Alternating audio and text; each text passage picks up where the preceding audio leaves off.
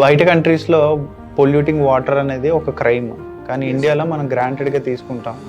మనం రెగ్యులర్గా పూజ చేస్తాం, గంగాదేవి అని చెప్పి పూజ చేస్తాం, కానీ పొల్యూట్ చేస్తాం మెజారిటీ ఆఫ్ ద కేసెస్లో. సో మనకు తెలిస్తే బేసిక్గా 75% of the disease are only water Born disease.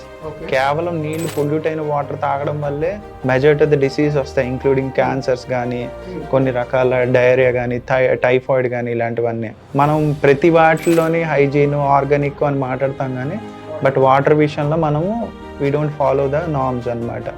At the same time pollution కూడా చాలా ఎక్కువగా జరుగుతూ ఉంటుంది. మిగిలిన కంట్రీస్లో ఏంటంటే మనకి గవర్నమెంట్సే ప్రొడ్యూస్ చేస్తుంది, వాటర్ ప్రొడ్యూస్ చేసి వాళ్ళకి సిటిజన్స్కి సప్లై చేస్తుంది. బట్ ఇండియాలో మనకి అలాంటి సిస్టమ్ ఉంది, కానీ ఫాలో మహా జరిగితే ఏదైతే మున్సిపల్ వాటర్ వస్తుందో క్లోరినేట్ చేసి వస్తుంది.